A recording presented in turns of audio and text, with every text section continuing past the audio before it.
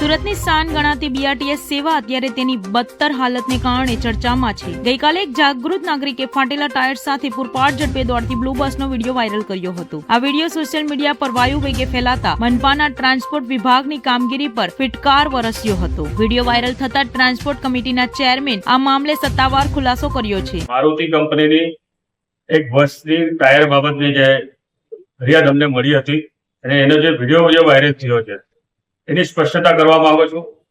ડ્રાઈવરના કહેવા પ્રમાણે જે એક ટાયર પર ગાડી જે ફરી રહી છે એ બાબત એક ખૂબ ગંભીર છે, પરંતુ ડ્રાઈવર ગમે તે જવાબ આપીને છૂટો થઈ ગયો છે।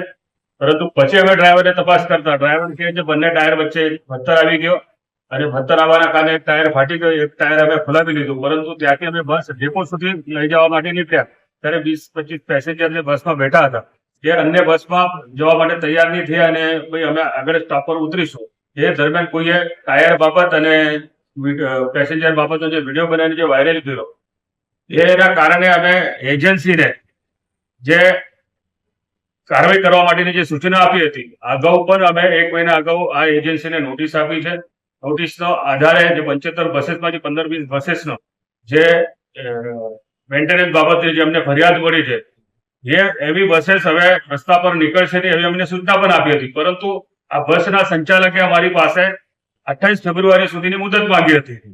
આજે આપણી પાસે અન્ય બસની શોર્ટેજ હોવાના કારણે આપણે આ બસ ચલાવવા માટે થોડા મજબૂર બનશું, પરંતુ કોઈ ઘટના નહીં બને। કોઈ ઘટના બનશે તો એની મારુતિ ટ્રાવેલ્સ કંપની જવાબદાર હશે।